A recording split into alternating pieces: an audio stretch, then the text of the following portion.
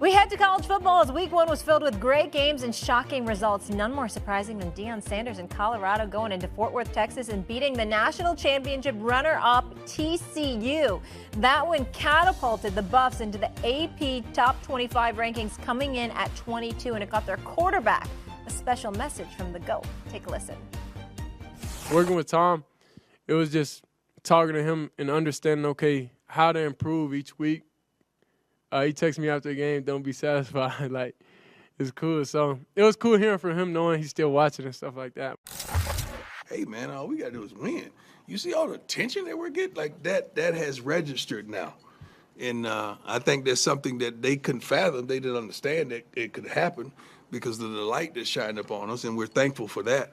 But these young men, they know now, if, man, we just ball out, we're going to get the love that we desire. And that's all they want. They want attention, focus, and a little love and light. And ain't nothing wrong with that, as long as they use it in the right way. Absolutely. Paul Finebaum joining us here now. Paul, good morning. Paul, I'm actually going to start with Chris Russo here, though, because he didn't get to react to the game yet. Doug, what do you think? What has Deion Sanders done for college football? I'll tell you right now, I will root like crazy for Nebraska on Saturday afternoon. Oh, my God. Didn't your kid go to Nebraska? No. Wisconsin. Oh, Wisconsin. You're unbelievable. Laugh, You're Paul. That unbelievable. was funny. You're unbelievable. Laugh over there. Listen, he's a breath of fresh air. I thought it was a great hire when Colorado made the move. They were a disastrous program. His kid, it's a good story. He brings the other Travis Hunter in, plays both ways. He gets him to go from Florida State to Jackson State, and then he goes out to Boulder. They have USC at home, which will be interesting. That's later on. They have USC going to their place. But I'm a little Deion'd out already. So I know they play Nebraska this weekend. And we know that maybe our little pal will be there. How are you Deion'd out when he backs it up, though? Paul, you and I do a little kumbaya Saturday about 11 o'clock in the morning.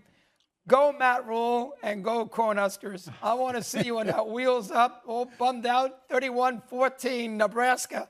I'm a little Deion out. He's done a heck of a job. I understand that.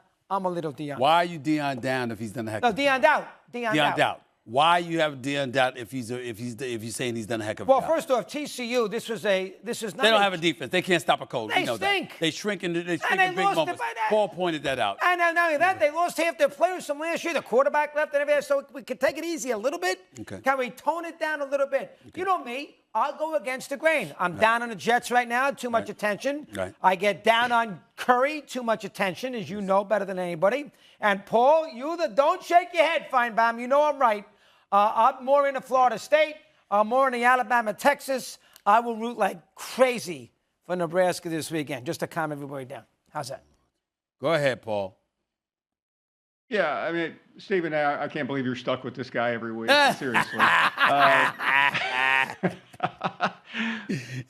Chris, except that this is something new. I know that in your world, which was my grandfather's world, even though I'm older than you, things change. And what Deion is doing right now is where college football is at. He's revolutionizing the sport, but that's already going through all these different machinations, and you just have to accept it. You can't hate everything that's new and exciting.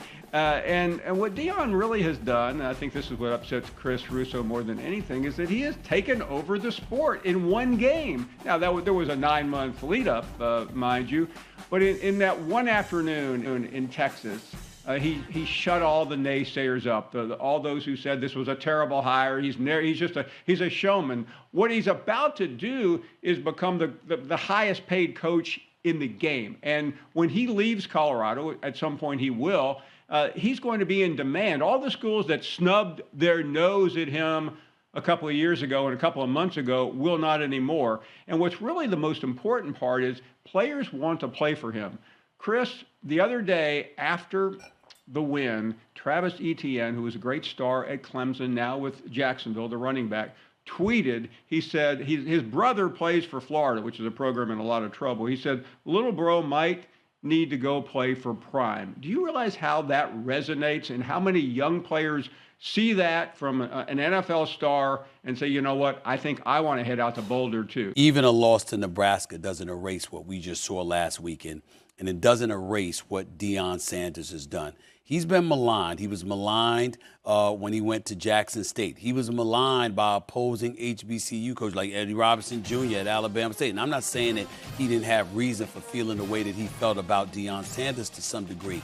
But at the end of the day, when I spoke to him directly and I said publicly, you know, you're not looking at the big picture, what Deion Sanders meant in terms of the attention that he brought to HBCUs, the attention that he brought to Jackson State specifically, and how he used every opportunity to highlight the disadvantages that HBCUs were operating at and how that needed to change, and the work that he put forth to facilitate the NFL getting even more involved in HBCUs. Not that they weren't doing it before, because Troy Vincent, the executive VP of the NFL, has been religiously focused on helping out HBCUs to the best of his ability, and he needs to be applauded for that.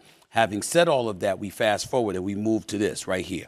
And we all understand that there's been a paucity of black coaches, and now that's going to change. Deion Sanders, the more successful he is going to open up opportunities for coaches on the HBCU levels, maybe to get a coordinator's position and other positions, not necessarily the head coaching. So we got to look at that.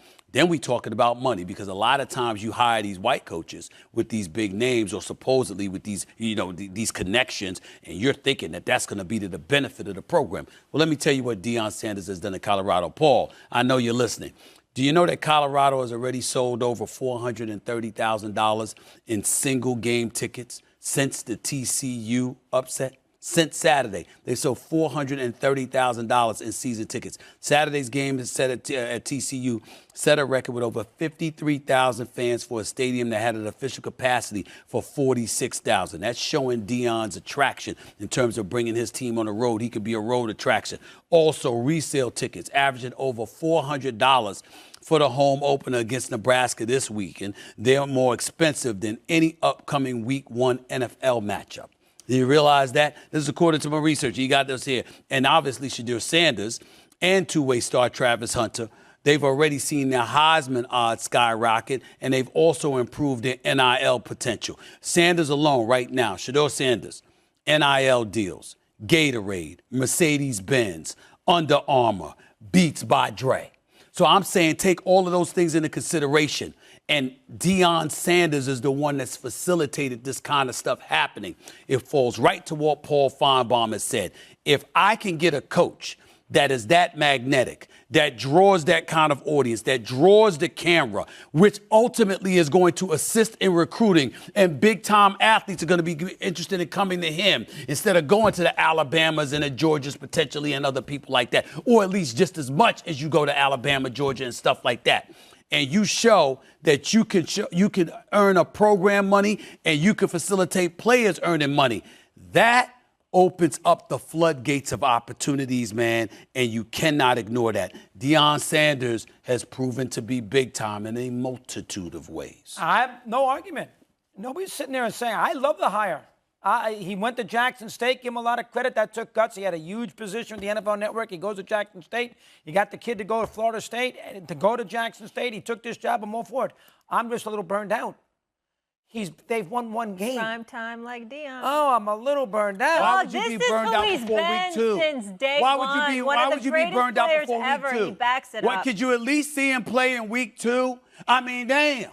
I mean, it's not even with it. Week 1 just ended Saturday. Isn't this a guy that's proven something in his career? Yes. As a player and as a coach. So he backs it up. He doesn't just talk. Oh, my God. No. Nebraska, please get the job done. Well, Colorado's favored by 3 at home. Season opener. It's only 3? Molly, can I make a prediction? Wait, are you going to that? No, which game are you going to? I'm flying to Colorado for the game. That's my intent. I'm just making sure they got my VIP passes. Like would not be fair. But I'm not sitting in the stands, Paul. If they got my VIP tickets ready, I'm rolling to the game. You mean to tell me that sitting on the couch on Saturday afternoon with him on that stupid sideline, you're not going to root for Nebraska to ruin his day? Yes, you are. No. I know I am. Commercial. Because I'm rooting for Deion.